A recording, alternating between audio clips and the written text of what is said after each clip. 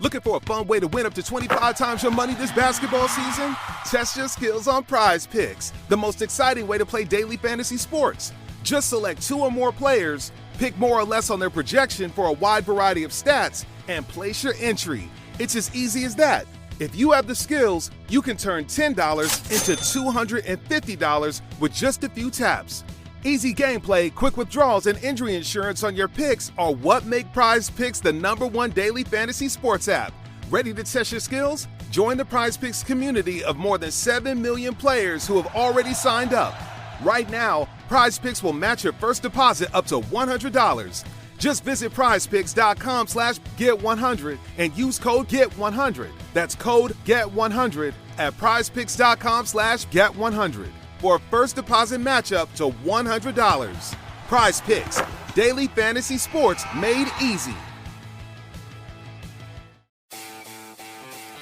An 8-goal thriller at the bridge, and Haaland scored with his balls. It really is Diwali. Welcome to the Corner Flag. I'm Amogh. And I'm Aakarsh.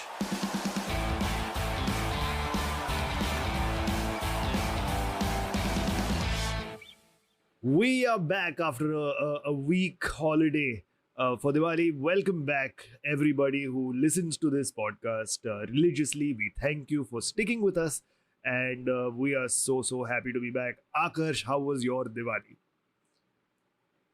Good. I had a couple of good poker nights. Yeah. But overall exhausting, man. The introvert in me is crying. It's like, khatam karo ye sab, baitho akele chupchap ghar pe. Yes, absolutely. As we reach the end of Diwali, I think your wishes are about to be fulfilled, which is basically the point of Indian festivals. कि आपकी सारी ख्वाहिशें पूरी हो जाए.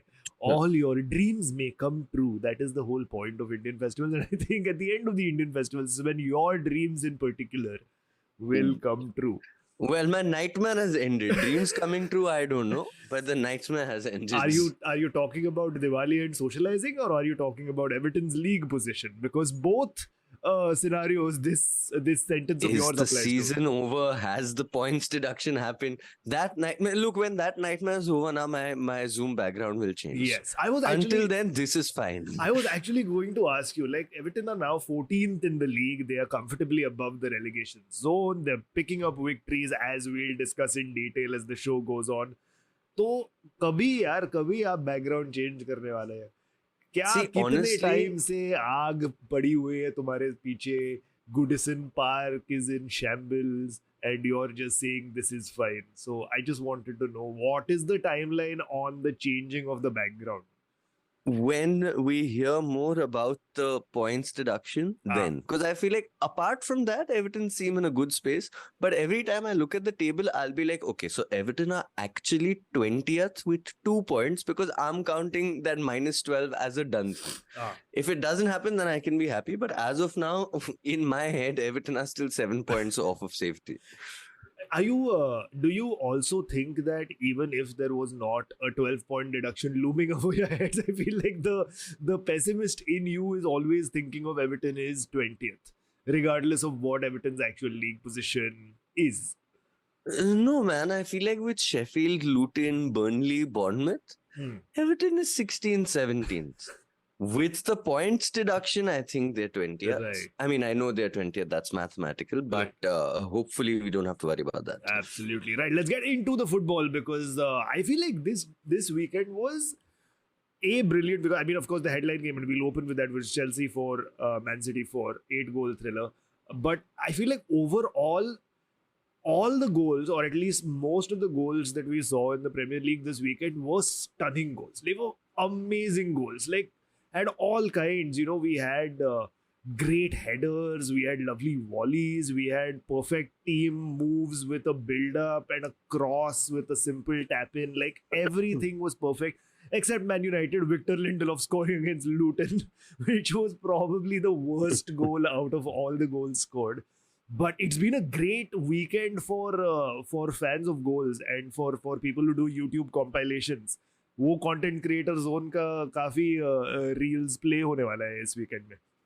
Yeah, and not only the quality of the goals, but I think we had goals in the first minute, we had goals in stoppage time, we had comeback victories, we had high-scoring draws. It was like a really, really action-packed firecracker of a game week. Absolutely. Everybody in the Premier League is also taking Diwali very, very seriously. Like, what can we do for this festive period? Yeah. Great. But let's start off with the big one. 4 goals each for Chelsea and Man City at Stamford Bridge. Chelsea started off the game really, really strong. They started the game on the front foot. They took the game to Man City, but it was City that took the lead with an Erling Haaland penalty. Cucurella dragging him down. I don't even think we need to spend too much time on this decision because I think it was the correct decision. Cucurella did drag Haaland down. Oh, I thought it was soft, but yeah. Was it soft though? I think you're feeling it was soft only because it was Haaland that was dragged down. And while watching the game, I'll be honest, while watching the game, I was like, there should be a rule that if you're Erling Haaland and you get brought down by somebody like Marc Cucurella, then it's not a penalty.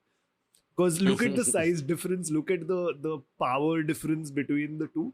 There's no reason why Erling Haaland, with a man whose body is like Erling Haaland, should be dragged down by somebody like Marc Cucurella. It just should not happen. But then the logic guy in me was like, अरे यार ऐसा एक player के लिए हम लोग पूरा rule नहीं change कर सकते. But then again I was like, it's Erling Haaland, it's Man City. Yeah, fuck it, that should be a rule. No, I thought it was a penalty, but it was a soft one. Achha. It was as soft as Cucurella's hair. I haven't touched it. Neither have I. But But what conditioner it looks uses. soft. Like it looks frizzy but soft. Like it's a very weird sort of a feeling that you get from his hair. You know, he's obviously got the curls and it looks very thick and rough, but I imagine it to be quite soft. And the only reason I say that is because not that I've touched his hair, but when you see his hair flapping about in the wind while he's running down the flanks, you can tell the texture and the touch of the hair a little bit. Amogh, all okay at home? You seem like really, really into Cucurella's hair and like itna obsession se Mrs. Cucurella also mustn't have seen his hair. Or Mr. Cucurella, we don't know yet. Let's not presume. Is this you coming out on the podcast and saying that you are Mrs. Cucurella? I am not. And again, I would be Mr. Cucurella. Let's not presume my pronouns. I mean, you could be coming out in multiple different ways. No, I don't know. You seem really into his hair. I'm just down with a very bad cold, so my brain is on cold medications and a little loopy. But also, I feel like I want to send this one clip to L'Oreal and Pantene for sponsorship. Like, देखो यार, हम लोग सिर्फ football की बातें नहीं करते, हम लोग ऐसे भी बकचोदी करते हैं. If you send it to them, then Cucurella will get the sponsorship, not us. We don't have the frizzy cool. Like, look, if I had locks worthy of L'Oreal, you would have been praising my hair and not Mark's. To be fair, Aakarsh, right now you've put your hair in a ponytail, but I did see you over Diwali. The couple of poker games that you spoke about, I was a part of one of those, and your hair was nice and let loose and freshly washed, and it was perfect, dude. So I know that you have... this clip you can send. Yeah, this clip you can send. I'm just saying, if Pantene and L'Oreal are not sponsoring Cucurella already, then they don't deserve to have a business only. I don't think they're doing it right. Their entire marketing team should be fired. Yeah, because L'Oreal's key demographic is football watching men. I mean, they should go into that demographic now. Like, enough of your Aishwarya Rais and your fucking whoever, Katrina Kaifs and all these actresses from all over the world. Thoda, men need some representation also. Yeah, I guess they should give it a shot. It's worth it. I couldn't say that with a straight face. I couldn't say that. Patriarchy needs to come back. These women are getting everything to you. No. Back to the football, guys. Back to the football. That is what we are here for. Thiago Silva, 4 minutes after the Chelsea penalty, the City penalty, Thiago Silva does equalize. Edison made a great save to give them a corner. And Thiago Silva with a beautiful header, like proper centre half run into the box, proper centre half header from a corner. It was just perfect to look at. And what made that entire goal and that entire visual even more perfect was 39-year-old Thiago Silva scoring the goal, doing a knee slide with the Chelsea shirt sponsor very, very visible, which just says Infinite Athlete. And if that is not a perfect image, I don't know what is. Because he's 39 fucking years old. This is the first game that they played with a t-shirt sponsor? No. They've been playing for a while. Oh, so I guess I haven't been keeping an eye on Chelsea because the last time I Why saw would their you? kit, it was Why- exactly. But last time I saw their kit was it was without a Without a sponsor, sponsor, so yeah. I thought, oh, they finally got one. They have finally got one, and that was perfect. And it comes at the right time, right? Because I think just a couple of weeks ago, Pepe scored a goal as a 40-year-old for FC Porto, and became the oldest player, I think, to score a goal in the Champions League or in European League, something like that. And Thiago Silva saying, I'm not far behind. I'll play for 1 year more than you, and I'll be on that. This is practice. Scoring against Man City is practice for me. Um, the second goal that Erling Haaland did score, though, was with his balls, Aakarsh. And he said that it was a first for him because he'd never scored with his balls, and he is glad to have done that and gotten that out of the way. But yeah, Erling Haaland scoring with his balls. Any thoughts Yeah, on that? I can't wait for that graphic. You know, when lots of players, I've seen it a couple of times with Messi and Ronaldo, where there's a graphic which says how many goals with the left foot, how many goals with the right foot, how many goals with the head. Yeah. Couple of people have the shoulder in there, like that popular Balotelli goal. Yeah. Can't wait for that Erling Haaland graphic, which has an arrow pointing to his balls and it says one. Yeah. Fantastic. It was cool. I think that similar graphic can be there for Lance Armstrong, pointing at the ball saying one, Just but one. that's not goals. That's a very different one. That's a different graphic. That's a very different graphic, and it's a graphic that we do not want to graphikize. It did end up leveling up at 3-3, and again, like Rodri is the guy who always scores that last minute supposed winner for Man City. For some reason, I can only think of Rodri scoring that last minute winner, regardless of what the score is, because he always ends up coming up clutch for Man City. But Chelsea had other plans because late into stoppage time, Chelsea do get a penalty. And who else but ex-Man City forward Cole Palmer to step up, coolly slots it past Ederson, equalizes the game for Chelsea at 4-4, just does a very simple ice-cold shrug celebration. And Cole Palmer's looking good for Chelsea, man. Yeah, I think he's looking very good. I think it speaks volumes about his mental strength and confidence to take a stoppage time penalty against his former club in such a high pressure game. And I have a feeling that City will probably come to regret this because Cole Palmer is looking really, really good. Yeah. He's looking like a good player who could have been the next Foden or something like that. Yeah. Been with City for years to come. But yeah, I think City will probably just have to spend a lot of money to replace him when they had a diamond in their youth academy. I mean, speaking about Cole Palmer, Pep was asked about the Cole Palmer transfer before the game. And he said that Cole Palmer wanted to leave. He said he wanted to leave and go to Chelsea and play more regularly. And Pep tried to keep him and said that Riyad Mahrez is leaving and you will get his spot on the right wing because he is a left-footed forward. So he can play that inverted winger role as well, which we saw him play in the Community Shield, I think, when he scored that goal. Right. So Pep was very, very sure that he was going to give Cole Palmer more minutes. But Palmer was very, very certain about what he wanted with his career. And he said, no, I don't want to play here. I want to go to Chelsea and play more regularly. So Pep said, okay, fine, you can leave. And that actually goes to show the kind of personality that Cole Palmer has. I feel like if you're a young player who, and let's be honest, like a lot of young players today, and especially young players at City, have a lot of talent. Like they are going to go and have good careers at City or elsewhere because that's just what the setup at City, that's the level that the City setup will get you at. But for a young player from City to hold his ground against Pep Guardiola, one of the greatest managers in the world right now, to be like, no, I don't want to play for you because I feel I will play better under Pochettino or whoever the next manager is going to be in 5 days. That's nothing against Pochettino. That's just because Chelsea is Chelsea. It's Chelsea. I want to go there and play more regularly. I think speaks volumes about this guy's character. And he's repaying the faith that Chelsea showed in him by turning out these performances week in, week out. And he is going to become an important member of the Chelsea squad. He's going to become an important member of the England squad. And just everything that he does with his personality.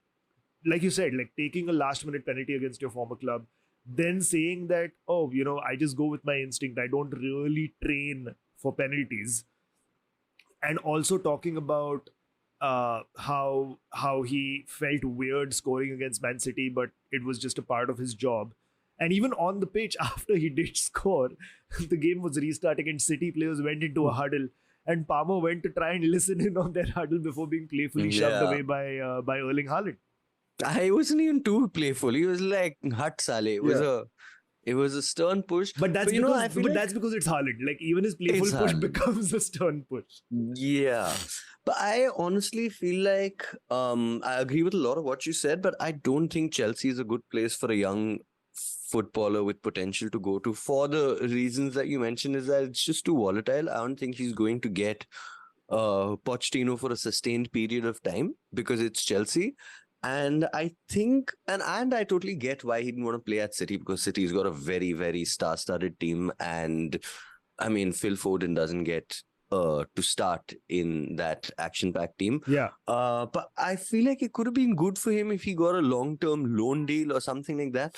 Because Chelsea is one of those teams where we've seen young players with potential go and then just disappear and lose their momentum and lose their skill. And maybe when 2 months down the line, Frank Lampard comes back in, he doesn't want to play this young English striker and instead wants to play like, I don't know, get Ashley Young out of retirement and put him, Ashley Cole out of retirement and put him on the wings or something like that. But it's going to be an interesting career to keep an eye out on for sure. Absolutely.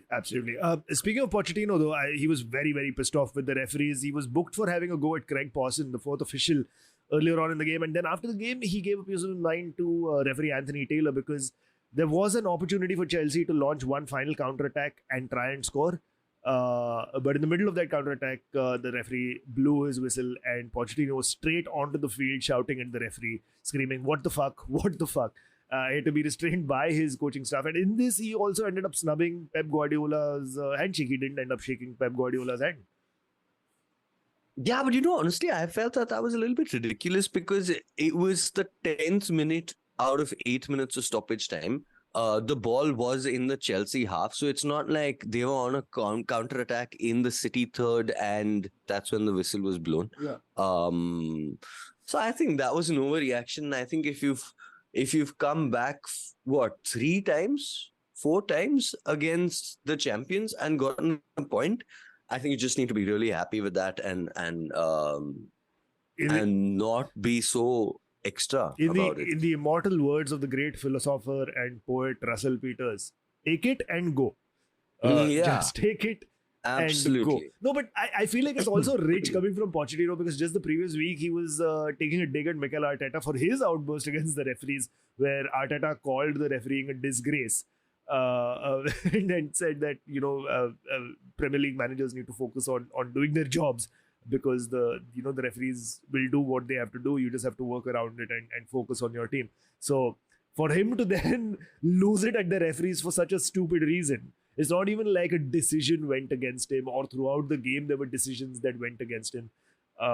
It was really weird to see that from Poch. Absolutely. He has since apologized, though. So fair play. He has apologized to Pep as well and said that, I was just caught up in the action and I couldn't shake his hand. And he also said that he deserved to be booked. So I guess if PGMOL can apologize and everything is all well and good, I think even Pochettino can apologize and everything is well and good. Yeah, but I feel like I haven't really seen Pochettino react like this. Yeah. I think he's usually very suave and very smooth. Yeah. So I'm wondering if there is some pressure behind the scenes that we're not aware of under which he's cracking. Yeah. Because it was a very un-Pochettino-like reaction. Yeah. And especially after a game like this, after a 4-4 thriller, you have snatched a point. I would say Chelsea snatched a point away from the champions. Yeah. I would imagine him to be celebrating and waxing lyrical about his players, but this seemed out of character. Yeah, it just takes a little bit of the focus away from his team and the accomplishments that they made, and that probably isn't great. So we'll see how the players and the team in general holistically react on this in the games to come. Let's move on to Wolves 2, Tottenham Hotspur 1. Fantastic game again. Early goal for Spurs through Brennan Johnson. And then it was Wolves throughout the game. Spurs barely had a look in at Jose Sa's goal. It was just Wolves piling on attack after attack through the game. Terrible finishing throughout the game by Wolves, but in the stoppage time, in 90 plus minutes, is when two goals back to back just happened to go in. Two late goals, one from Pablo Sarabia, who had just come on as a substitute, and then one for Mario Lemina, sealing the 3 points for Wolves. Yeah, what a comeback. What a comeback. Important 3 points for Wolves and nervy times for Spurs. Really nervy, right? But and before we get into Spurs, though, I just have to point out that first equalizer goal from Pablo Sarabia. What a fucking finish. To control that ball the way he controlled it and then immediately hit it on the volley from that angle, which was a tough angle. It was at the very edge of the box almost. He had very little to aim at between the post and Vicario. And to control the ball, to open his body up and take the volley in the same motion and to hit it accurately in that small gap. I feel like that was the goal of the weekend for me. Yeah, it was a great goal, and I think it was so good that Spurs were shaken after that. I think that equalizer was so good that they were. It caught them off guard, and they couldn't recover. Absolutely, and Sarabia also teeing up Lemina for the winner. Are we seeing the Ange Postecoglou honeymoon coming to an end? I don't know, man. Honestly, I feel like it lasted longer than anyone would have expected. Maybe Ange himself. And I think now is when we'll see Spurs' true character after they've had 2 back-to-back defeats, after having the longest unbeaten run in the league. But I think they are a good team. I think even this Wolves game was, it was a spectacular goal that undid them, and it just felt like one of those games where they lost a little bit of concentration towards the stoppage time, towards the end of the game. Yeah. And it'll be interesting to see how they come back, but I don't think it's over for Spurs, the honeymoon period. I think they've been playing, the way they've been playing has not been luck or fortune. It has been good football. It's been good teamwork, and they'll find that back and be a good team through the rest of the season, I think. Yeah, the reason why I asked that, because again, last week we were on break, so we missed out fixtures from last week. But in the last game against Chelsea, Spurs were down to 9 men. They had 2 red cards, and even down to 9 men, they kept playing the high line, and Chelsea just kept putting in the long balls over the high line, beating that offside trap, and scored 3 out of their 4 goals were almost similar and easy sort of goals. And Postecoglou was asked about this, and he said, "That's just who we are, mate. That's just who we are. That's just how we play. I'm not going to change how we play, even if we're down to 5 men." Would like to point out to Ange, if they're down to 5 men, you can't play. The game gets forfeited. But good to know that he's sticking to his guns. So again, how do you categorize that? Because there is a part of me that thinks that's fucking stupid, dude. You're a Premier League manager. You need to adapt your team to situations. You can't just play the same type of football that you want to play, regardless of the circumstances. If you are 2 men down, the circumstances are drastically different than what you planned for, and you have to adapt accordingly. That's what the logical side of me would say. But again, there is another side which says that, man, fucking well done for trying to do what you always wanted to do, sticking to your principles, because that will also instill some amount of confidence in your players. And having said that, Burnley is trying to do that very same thing under Company, which is not working out for them in the Premier League. They did that really well in the Championship, and it worked in the Championship, but in the Premier League, they're being found out very easy. I feel like the gulf of quality of players between Burnley and Spurs is just massive, and I don't think comparing those 2 teams is fair on Burnley. But in terms of style of play, I'm guessing Pochettino must be off the school of thought that, look, if we're down to 10 men, we continue our... What did I say? Pochettino, yeah. Sorry, my bad. Postecoglou would have been like, if we're down to 10 men, we can still continue playing our style, because that makes sense. Yeah. You don't go on the back foot if you're down 1 man. Maybe maybe he hadn't thought about, oh, we might get 2 red cards, because going down to 9 men is something that you don't see often, something that you hope will never happen to your team.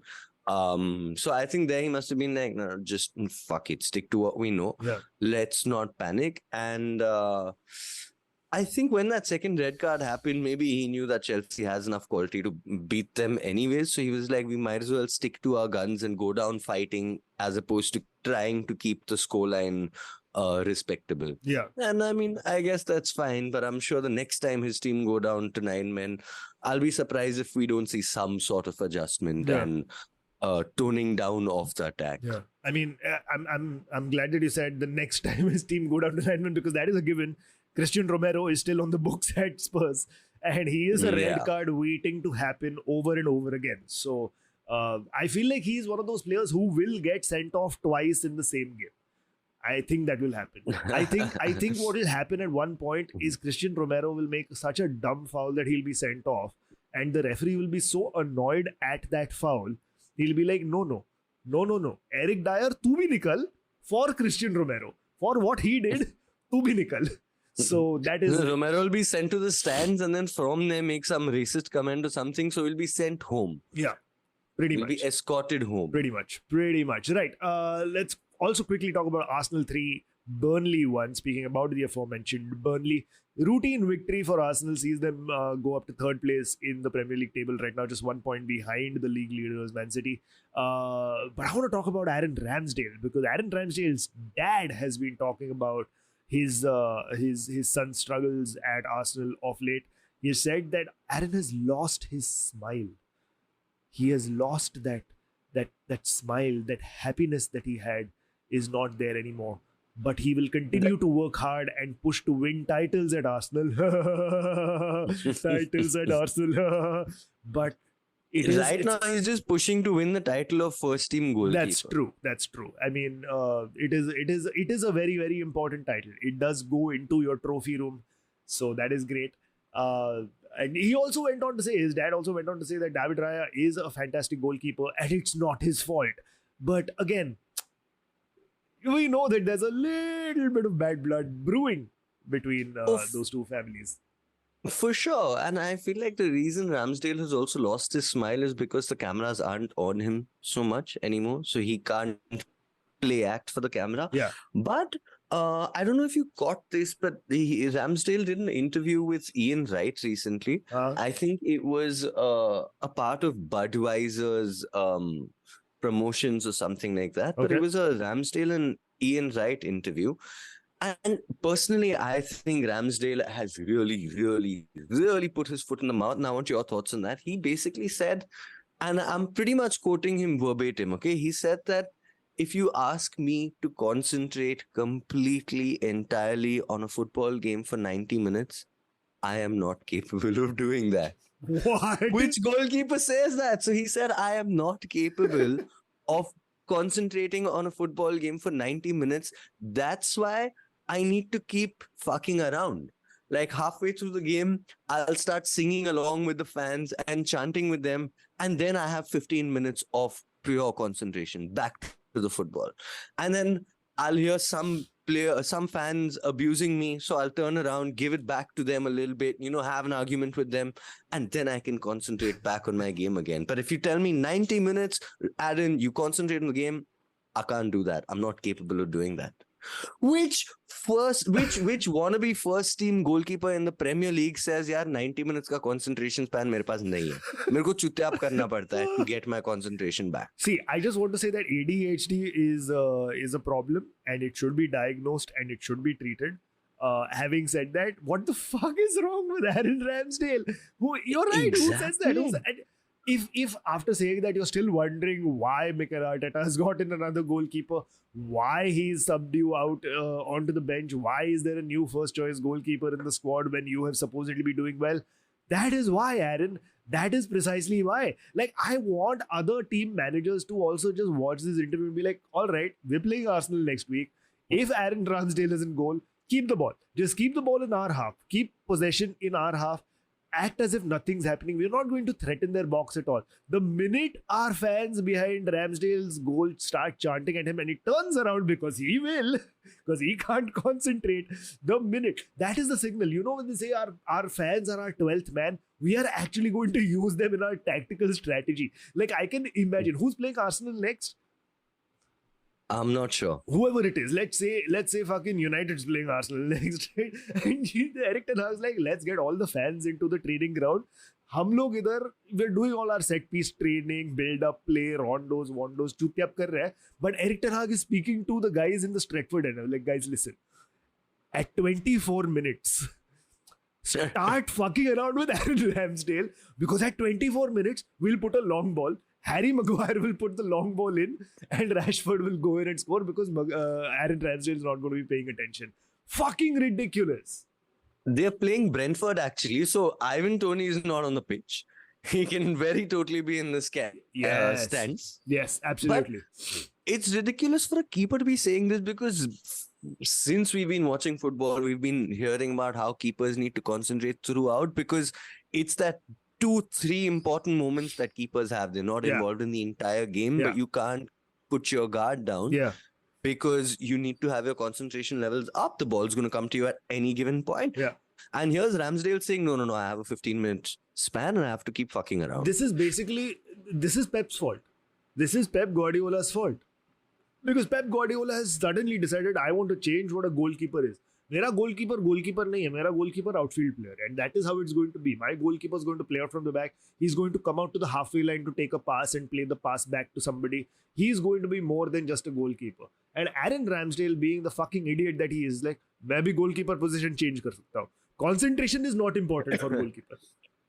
I am good with my hands, I am good with my feet, but I am terrible with my brain. Like, that is basically what he's saying. Like, ridiculous. Absolutely stupid. Ridiculous. I'll be very surprised if any top club plays him as a first choice keeper. I'll be very surprised if he plays as a starting keeper for England even, because this is not something you can be saying out loud. Absolutely. Filter. Aaron, say this at home. Say this to your therapist.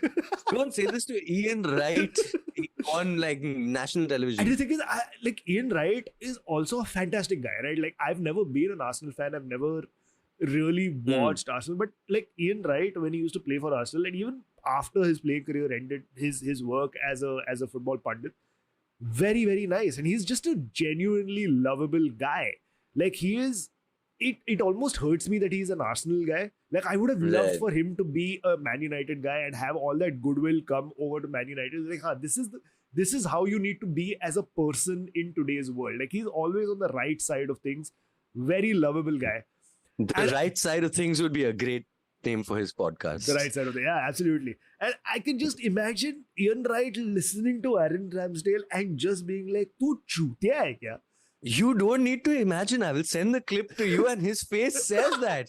Ian's jaw has slightly dropped. His eyes are wide. In his head, he's saying, bro, तेरा career खत्म कर दे. एक interview में you have ended your career. मैं try कर रहा था तुझे थोड़ा बहुत मिनट्स देने के लिए. कैरबाओ कप में तो खेल पाता था तू, पर नहीं. देखो वो भी नहीं चाहिए. And Ramsdale must have been like, I know this segment is for Budweiser, पर इंटरव्यू के बाद पीना चाहिए था, पहले नहीं. गलती कर दिया. Should have concentrated on the interview.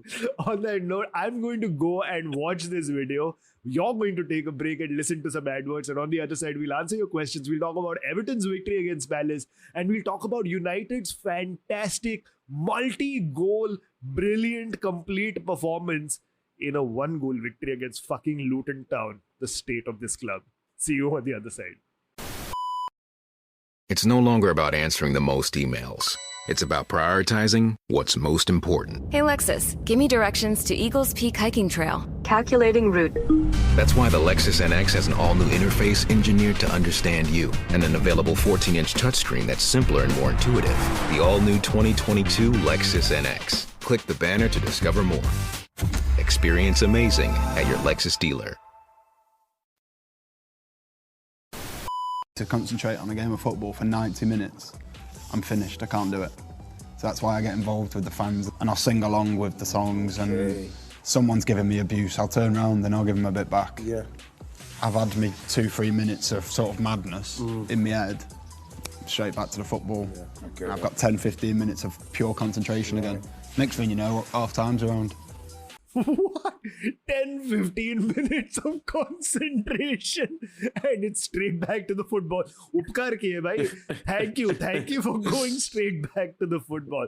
That was Aaron Ramsdale talking to Ian Wright and just wishing, like Aakarsh said, he had not had a few pints of that Budweiser before the interview. Right, with that, let's go and take a look at some of your questions. Questions with the corner flag. Dude, answers also, huh? Okay, we've got 4 questions and one of them is for Mukesh. So we'll talk about that one, but we won't really answer it because it is a Liverpool specific question. And because Mukesh is not here, this episode has no other mention of Liverpool.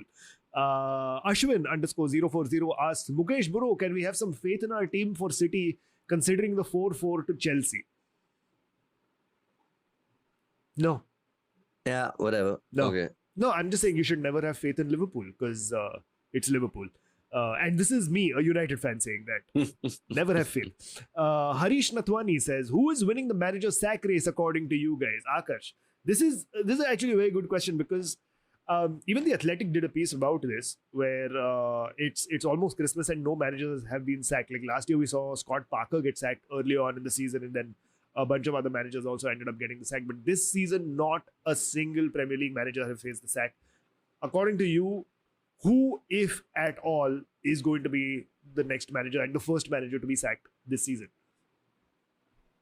I don't know, man. I feel like Luton is not going to sack their manager. Sheffield, I think these guys know that they're going down.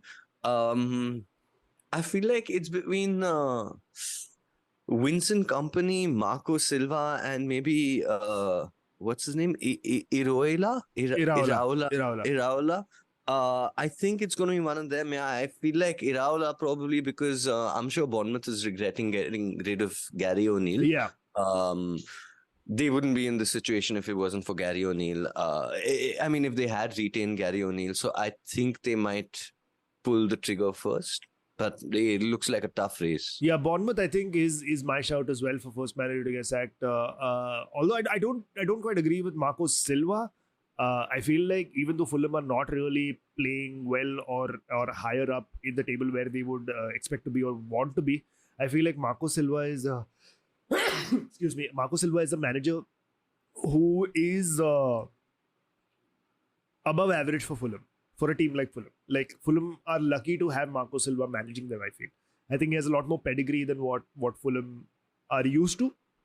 And I feel like he'll hold on to that. And also, the problem is that Fulham lost Mitrovic this season, who was a talismanic striker for them. And they just haven't replaced him well because Raul Jimenez on paper is a great replacement, but since his head injury, he's not been in goal scoring form at all, even for Wolves. And now not so much for Fulham as well. He's got only 1 or 2 goals for Fulham this season. So I feel like they'll give him the season. They'll try and rebuild a little bit in the January window and in the next summer window. And then if next season they're still not up to scratch, then they might pull the plug on Silva. But I feel like, yeah, Bournemouth, Iraola is the first one to go. Right. Next question is by Pranav Gokhale, who says, and it's a continuation to last week's question that he had sent, or last week's statement that he had sent. He says, I'm a Chelsea fan, but this time with a smiley face. I mean, Chelsea ke bhai 1 point mein I'm a Chelsea fan. Yay. And they all count. Yeah, they all count. And it's against City, 4 goals. It's a good result. So good for you, Pranav. Good for you. You're a Chelsea fan. RBNR says, finally, Ward-Prowse back to assisting. How long will this last?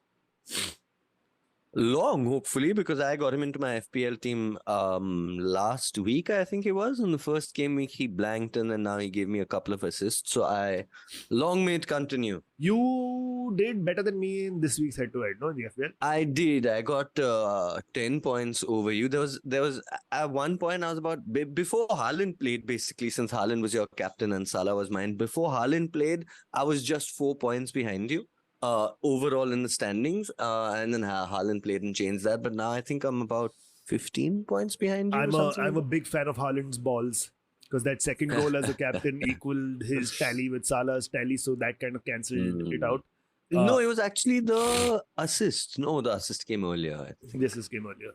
So I'm very, very grateful to Erling Haaland's balls. So Kukureya's hair and Haaland's balls. Yep, Those are your two. Those are my two standout things from this weekend. Standout performers. Of the Premier League. Right, those were our questions. Thank you so much for writing in. Please do keep writing in because we love answering all your questions on this show. With that, let's go to your favorite result of the weekend, Aakarsh. Crystal Palace 2, Everton 3. Good 3 points for Everton. Good 3 points for Everton. Good run of games for Everton. After the Palace game, I went back and looked at Everton's last 10 matches in all competitions. 6 wins, 1 draw against Brighton, and just 3 losses, out of which 2 were against Liverpool and Arsenal. So can't really ask for more as things go. Yeah, I think this is finally starting to look like a Sean Dyche team, which also has Ashley Young for some reason. But it was a great start by Everton. Vitaly Mykolenko getting the first goal within a minute. What a header. Proper striker's header by a left back. Proper striker's header, and I think Mykolenko is the most improved player under Sean Dyche because we missed last game week, and which is why I'm sure you didn't see the scores. But even last game week, Mykolenko got a goal in the second minute, and he's got 2 goals in 2 games for the first time for Everton. He's been very good. I think my big problem with Mykolenko has been that he's very good defensively, but he hasn't been so far an attack-minded fullback, which has now changed. He's getting into the box a lot more. He's making good crosses. That left flank is looking really good with Mykolenko and Dwight McNeil, and it's, dare I say it, exciting. Nice. Dare you say it. Dare you say it. Don't say it because it'll stop being exciting very, very soon. Yeah. But yeah, that result sees Everton go up to 14th place, with just 1 point behind Crystal Palace, Wolves, 2 points behind Brentford and Chelsea in 10th and 11th place. So, you could see Everton sneak up into the top half of the table even if results go their way in the next few weeks. Yeah, it's dizzying. The heights that Everton have reached with 14 are dizzying. Speaking of dizzying heights and performances, Manchester United beat the mighty Luton Town 1-0. A hard-fought 1-0 victory over Premier League strong Premier League, experienced Premier League opposition in Luton Town at Old Trafford. Really, it is a little embarrassing that United only scored 1 goal against Luton Town at Old Trafford. But then again, Liverpool couldn't beat them. So, I guess United are just a better team than Liverpool. Yeah, in the rock, paper, scissors, that is United, Liverpool and Luton. United are coming up on top. Yeah, that is true. That should be the league. Who can beat Luton? If between Liverpool and United, one team can beat Luton, they are the Premier League champions. I think that's just what the Premier League should be. Well, if that's how we're playing it, then I guess Everton are relegated already. Because that third loss, which I didn't say, but Everton have lost 3 in the last 10 games. Liverpool, Arsenal, Luton. Absolutely. No, it was Victor Lindelof who got the goal for Manchester United. I mean, yeah, the thing is, I'm so confused with this team. Because if you look at it in a sort of macro way, if you just zoom out a little bit and look at United's league position also, 6th position in the league going into the international break. We are only 7 points from the league leaders, which is not great but not bad. We are 5 points away from top 4, which is again not bad, could be better, but it seems okay. And even in the last 5 games, 1 loss and 4 victories. So it's a run of these 1-0 victories that we've been getting. And maybe you just need to keep plugging at it to get out of this bad form that the team finds themselves in. I feel like United's form is bad and their performances aren't great. But the fact that they're just 7 points behind City and 5 points behind Champions League spots, considering the start that Arsenal, Tottenham, City have had, and considering the start that United have had, I don't think it's bad at all because the performances are poor, the players are poor. I don't think Ten Hag has found his rhythm and his mojo with his team yet. Yeah. And in spite of that, if you can be in European spots and not entirely be out of the race for the Champions League spots, I don't think it's bad at all. Grinding out 1-0 results against Luton Town, regardless of how unexciting and uncharismatic the performances are, it's the 3 points that matters. It And is. if, like you said, if United keep picking up the wins, one can only hope that the performances will get better. Absolutely. The other thing was also we should talk about a couple of other news stories from Man United. One is that Bobby Charlton's funeral did happen yesterday on the 13th of November at Old Trafford. Lots of United players, ex-players, directors, all were present, but the Glazers were not there. None of the Glazer family was present at the funeral, and it was said that the Glazers opted not to come for the funeral because the fans were also going to be there. And they thought that it would upset the fans if they were present. And, what was to be a funeral for a Man United great would end up being an anti-Glazers protest, which is why they said, we will step away and let the legend have the send-off that he deserves. Except... But did they say this before the funeral or after? I'm not entirely sure, but that is the official party line that has been taken. Except the United fans have basically criticized the Glazers for not showing up for the funeral. So they can't win. No, but I feel like this was shooting themselves in the foot. Of course, you have to go over there and you have to be there for the club, for its players, for the fan base overall at a time like this. Absolutely. And I think it's a full shooting yourself in the foot situation. Absolutely. Speaking of Jadon Sancho, because that is another saga that is ongoing, Juventus apparently have opened talks with Man United for a half-season loan move in January for Jadon Sancho. They are not looking to buy him; they are only looking to loan him, with Man United covering a lot of his salary. So we could see Jadon Sancho being shipped off, and that saga will hopefully come to an end sooner rather than later, because he's, like we have suggested in previous episodes, he has been kept away from first team training. He's training on his own with the under 18s.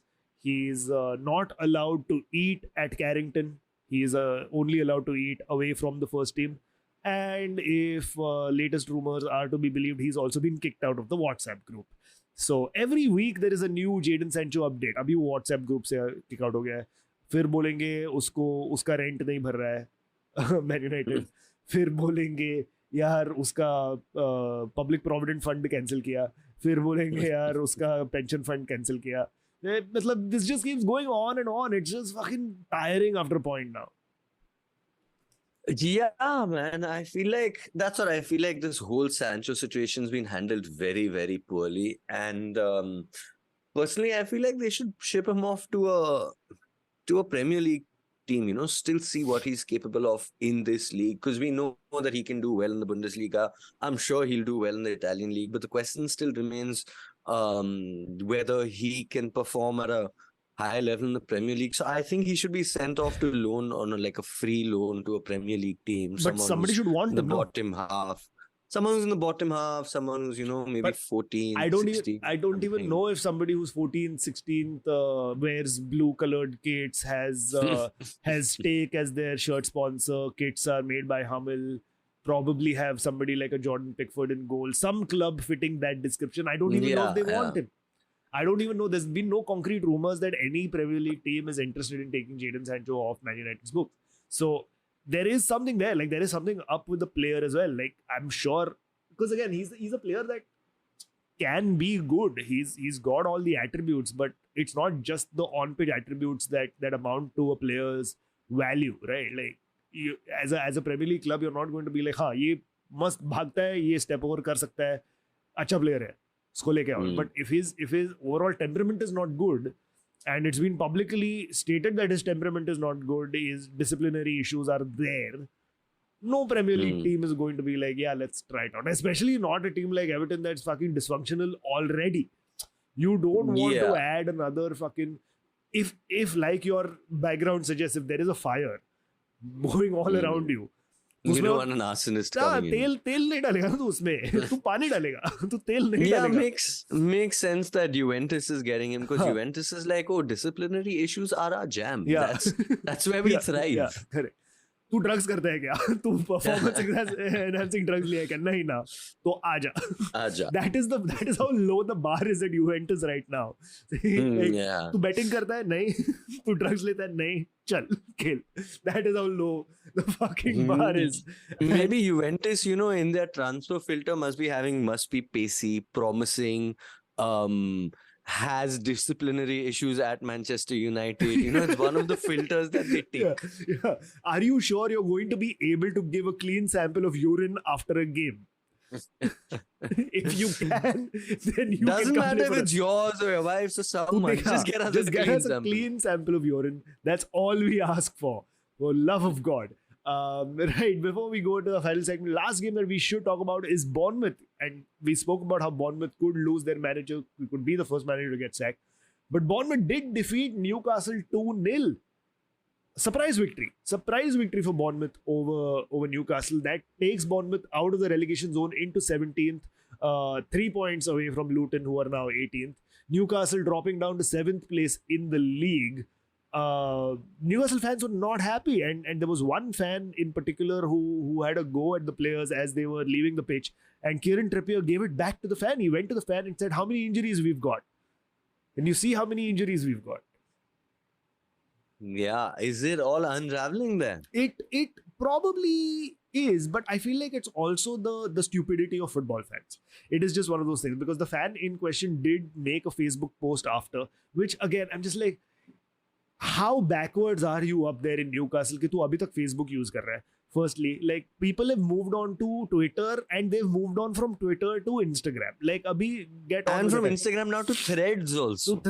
So move on with the time. So उसने Facebook post किया saying that, listen, I'm sorry, it was in the heat of the moment. I know that these players have given their all for the club. They've done a lot for the club, and I regret what I had to say. I was just upset at the result, and it was in the heat of the moment, and I apologize, which I guess is fair. People at stadiums do tend to say things that are unsavory and unprecedented and unintentional. But I'm glad that the player also gave it back and said, भाई तू थोड़ा देखना perspective ले.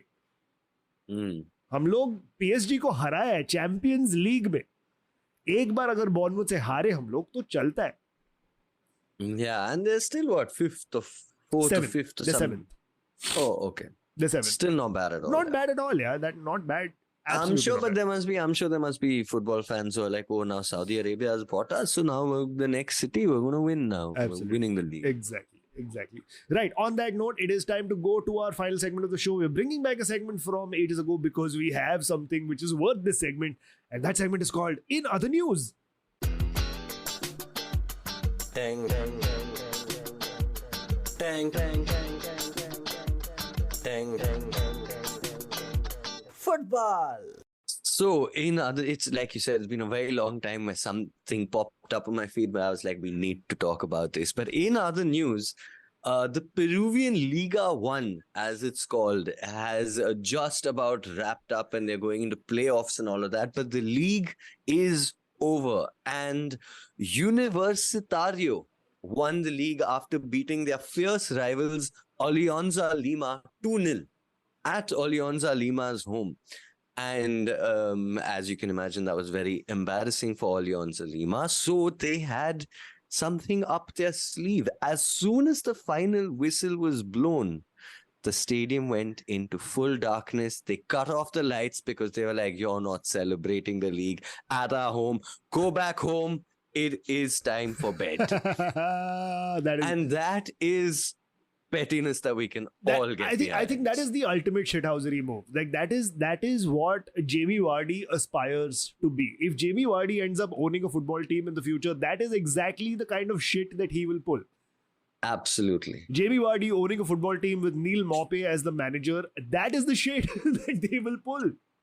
I'm sure he respects Lima so much that as soon as his contract with Leicester is over, he's like, bhai, main Peru ja raha hu, and I will pay my respects in person and play for this team. I will play for this team for free. Be the man who turns for free, and I'll go and turn the lights off every time they lose. That's fantastic.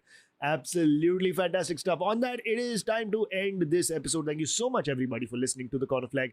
If you'd like to get in touch with us and tell us what you thought of this episode, you can find us on our social media. You can find Aakarsh on Instagram at Aakarsh Chandan. and you can find me on Instagram and Twitter at Amogh Randive. You can also follow the Corner Flag on Instagram and Twitter at Corner Flag Pod. Visit and subscribe to our YouTube channel, youtube.com/@cornerflagpod. You'll see all snippets from these episodes, video snippets, as well as full audio episodes up there as well. We're also doing a series for the ISL with Mumbai City FC, where we are doing matchday vlogs from all the Mumbai City home games. We are a little delayed in putting up the latest matchday vlog, which was from the big game against Al Hilal at the DY Patil Stadium. I'm still editing that, so in the next couple of days, I will finish that edit and I will put it up. That'll be a nice one. It'll be a big one. Unfortunate 2-0 loss to Al Hilal. Mitrovic did score, but it was a fantastic experience nonetheless. So keep your eyes peeled for that. Do subscribe to the channel. Also subscribe to us on Apple Podcasts, Spotify, or wherever you get your podcasts from. And if you really like the show and you really want to help us, we do request you to give us a 5-star review on Apple Podcasts or Spotify, because what that does is it bumps us up the podcast rankings. It makes our show more visible to new listeners who haven't heard of the show, haven't listened to the show, and more people join in the fun. More questions for us. The community becomes bigger, and it's all thanks to you guys. So please take some moment to subscribe to us and give us a 5-star review. Shout out to Keza Gurda for composing our theme tune. And until next week, it is goodbye from us to say bye, Aakarsh. Bye. And it is bye from me.